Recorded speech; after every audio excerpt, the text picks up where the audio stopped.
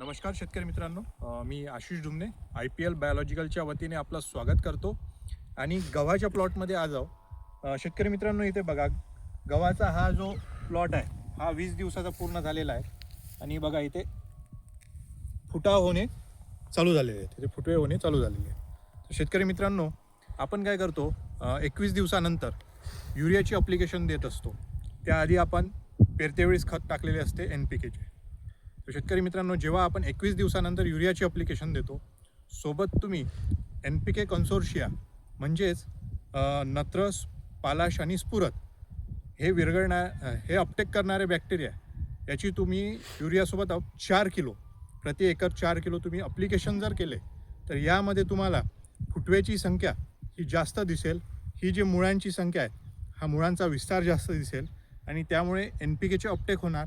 सोबतच याचे फुटवे तुम्हाला 10 ते 12 फुटवे आपल्याला या गव्हामध्ये दिसणार. आणि याचा फायदा आपल्या उत्पन्नामध्ये 20 ते 25% गव्हाचं उत्पन्न आपल्याला वाढताना तुम्हाला शेवटपर्यंत दिसणार. तर शेतकरी मित्रांनो, तुम्ही जेव्हा आता 21 दिवसानंतर युरियाचे अप्लिकेशन करता, सोबत तुम्ही NPK कन्सोर्शिया जर तुम्ही IPL बायोलॉजिकलचे घेत असाल तर ग्रिफिन या नावाने मार्केटमध्ये मिळतं. ते एकरी 4 किलो तुम्ही युरियासोबत टाकून आपल्या गव्हाचे उत्पन्न वाढवू शकता. धन्यवाद.